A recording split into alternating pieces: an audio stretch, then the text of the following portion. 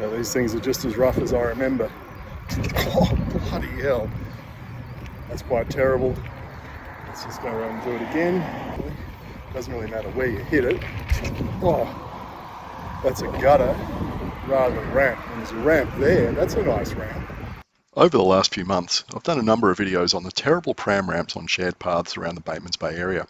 For all I know, they might be equally awful in other towns across the Eurobodalla Shire, but I haven't explored enough of them yet. The essential problem is that instead of building a nice flat concrete ramp with a gradient of at least 15:1 where a path intersects with the road, Council has built steep ramps that end in deep gutters, or no real ramps at all. Now, I'm in Perth at the moment, so I thought I'd take the opportunity to film all the ramps along the principal shared path between the Perth CBD and Cottesloe Beach, a distance of about 12 kilometres.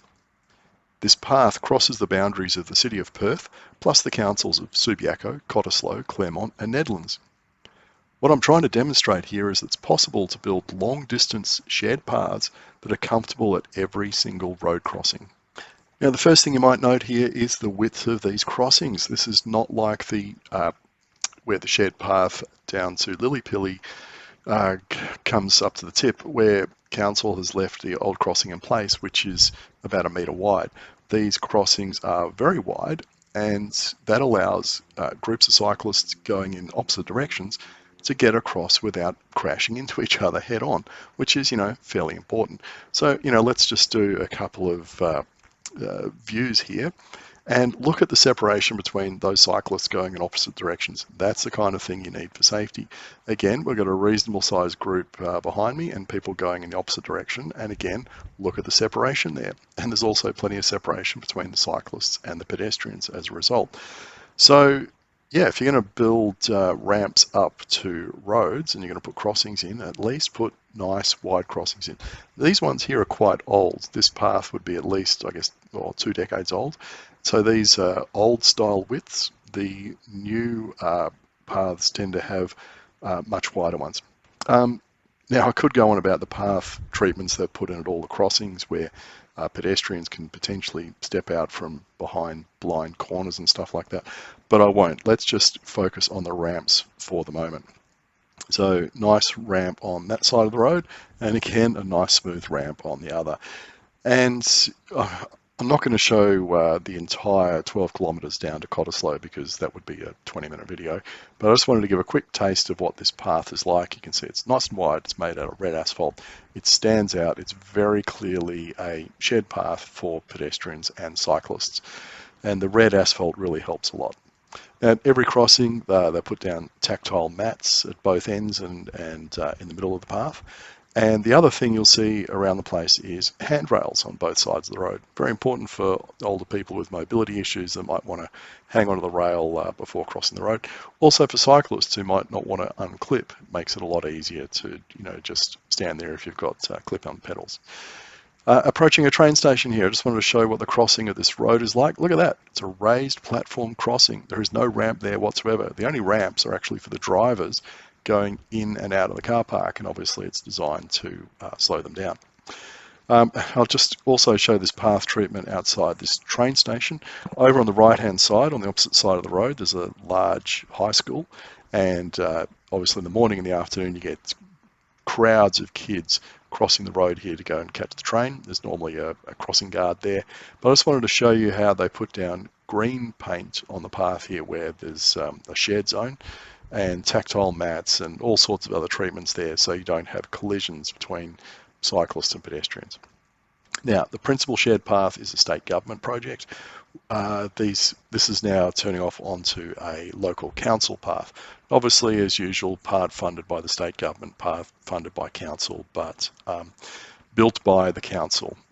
Council let the contract, selected the, did the tender, all that kind of stuff, oversaw the works. And this path is less than 12 months old, but again, let's just look at some of the features of it. Every time it crosses a driveway, the path has priority over the crossing driveway. Now, this little loop here looks a little bit silly, but it makes a hell of a lot of sense if you're pushing a pram. It doesn't make any sense to cyclists, but because there's no footpath there, it makes a lot of sense for people pushing prams to use that instead of pushing on the road. Now here, there's absolutely no ramp at all. It's just a dead smooth interface between the path and the road, which is really, really nice. Again, we've got nice wide crossings here at every point. There's handrails there, there's tactile mats, and all of these ramps have got very flat gradients, so they're very comfortable to ride on and off the path and on and off the road. Again, every time we cross over a driveway, the path has priority over the driveway crossings. They've put down artwork in the last couple of months at some of these intersections, I guess to wake drivers up. Again, when we come up to this one, look at the width of the path as we cross over here. You know, you could get almost 4 cyclists across or riding abreast, getting across there safely. There's a bus stop there. You can see the treatment where they've put down some tactile stuff on the ground and put the bus stop off to the side and stuff like that. Now, the ramps here, the one on this side of the road is quite normal, and because there's a bit of a hump here in the topography, that ramp there is actually a lot steeper than what you'd normally expect to see in Perth. It's still a hell of a lot better than every ramp I've experienced in around Batemans Bay. Again, we have a raised crossing here. That's a bottle shop off to the left and a pub, but you know, cyclists and pedestrians have priority down here. And you can see, being a shared zone, they've put down green paint and all the rest of it. Now, this is where this project finishes. That's where the money ran out. Then we get into the old style, you know, ancient type crossing design, which is pretty terrible. You can see, you know, it's very narrow. And council's recently done a safety audit, and I think the safety auditors recommended actually doing some works there to fix that up. Again, when you look at the crosswalk here, you know, the width of it, the tactile mats, all that kind of thing, absolutely beautiful.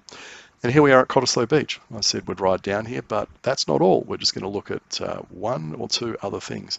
First thing, unfortunately we're looking into the sun there, but look at that gopher driver over there who's going from the path across the road to get to the cafe on the other side of the road.